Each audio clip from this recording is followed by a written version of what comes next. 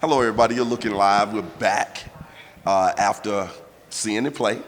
These are the two starring actors in the play. Dr. Martin Luther King in the play. Carmel, how you pronounce it in there? You were trying to get Kame, Kame.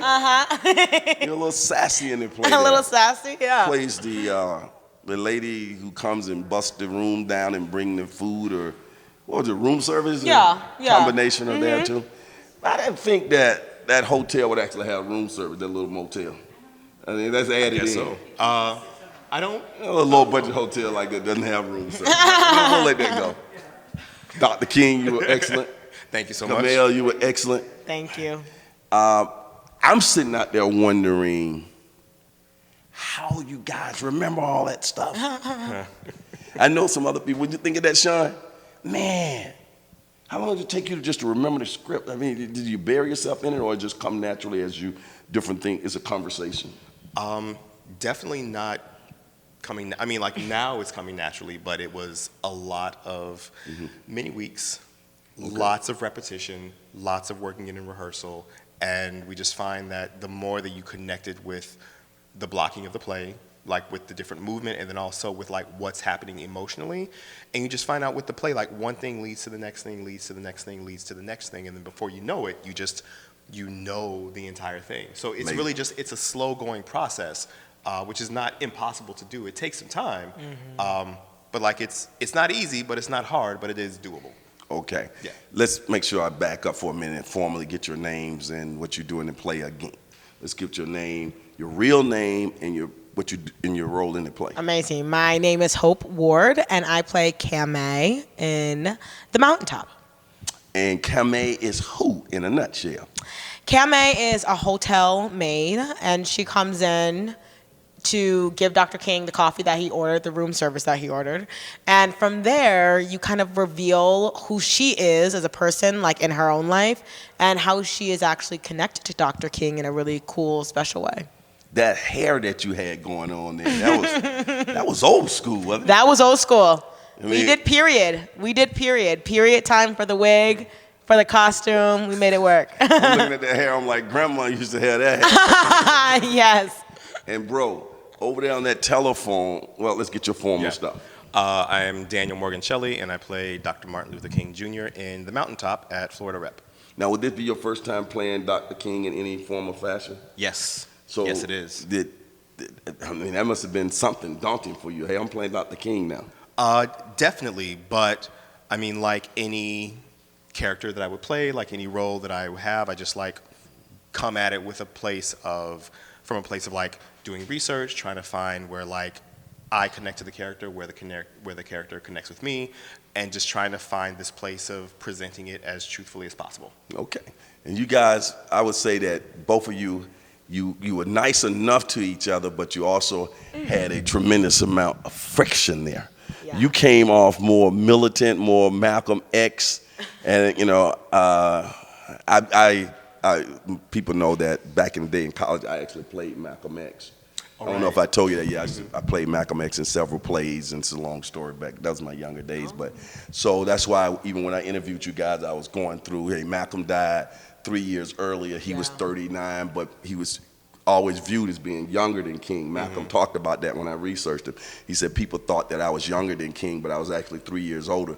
But they associated me with being loud as being immature and younger.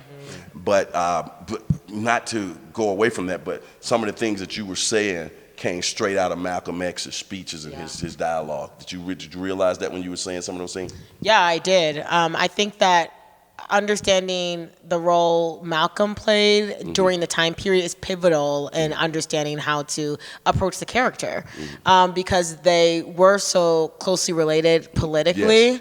And I think that Katori Hall did a really good job at bringing in like a little bit of King, a little bit of Malcolm, even though Malcolm wasn't in the play. Right. And I think even though he wasn't there, we felt his presence. So I thought that was really awesome. I thought that was good friction there. Man, you had a hole in your socks.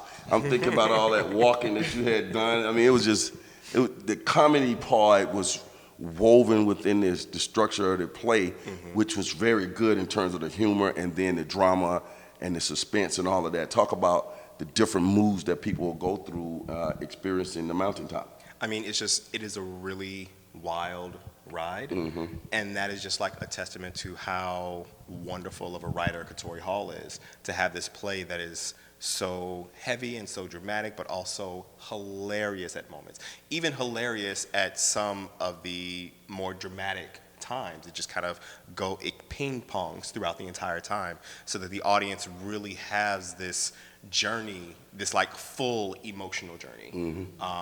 It's amazing. It's amazing for us to do, but it's also amazing to like see and feel the audience go through that journey with us. Because like the first half of the play, there's tons of laughing and there's tons of like energy, and then once we kind of get into the second half, it really kind of like sombers down a bit, and then there's still little pockets of laughter here and there, and that's just, which is great, because then that allows the audience to have a little bit of release from the dramatic tension. Right. Yeah. The set. Yeah. Amazing set. I mean, the ability to do all of that in that one room, the snow, the noise, what was that? What was that you were afraid of? The thunder. Yeah. It was, and then the old-fashioned phone. The You old-fashioned guys over there working the old rotary phone. The old rotary phone is bringing me back to my grandmother's house. But yeah, the people who did the set, they tried to take the exact replica of the Lorraine Motel. And so they tried to be really specific, even with the color of the walls and the carpet and the furniture. And so I thought they did a lovely job really recreating what it looked like in that room on that day. I want you to look into that camera and make the case to people why they should come out between now and January the 14th to the Florida Repertory Theatre and see The Mountaintop. Amazing. By Katori Hall. Exactly. You guys should come see the show because you will laugh, you will cry, and you will leave thinking about the world differently and thinking about yourself differently. And that's really what art should do. And so come get some life and see The Mountaintop at Florida Rep. And the play is not going to be exactly what you think it is going to be. Nope. So come out for that experience and for that surprise, and to have Yes. a really amazing night of theater. Even skinny Sean right there, Sean Cosby, I'm assuming that was your first time coming to a play. Come on here and talk about it. Yep. Little young whippersnapper like you look like That was probably no. I've actually been to a couple of plays while I was in the military, but it's the first one I've been to since I've been back in Florida. How did you like it?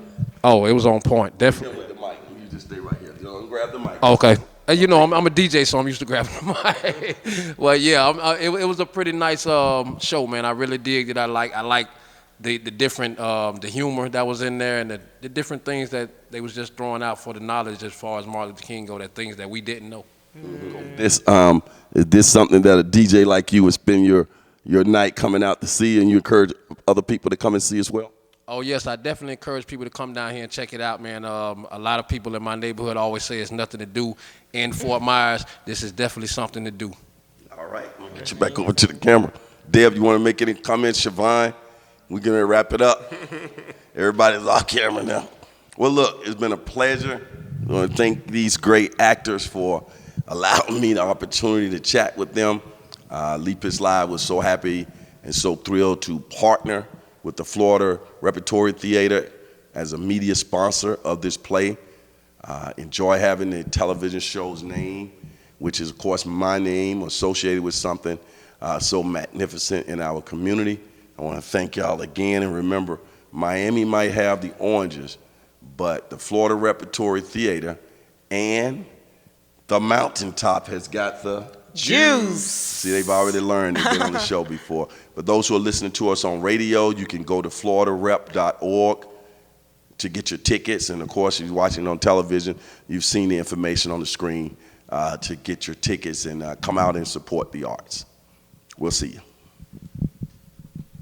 Hello, everybody. This is Lee. I'm so glad that you watched that particular show. And if you enjoyed that show, we got other shows like that.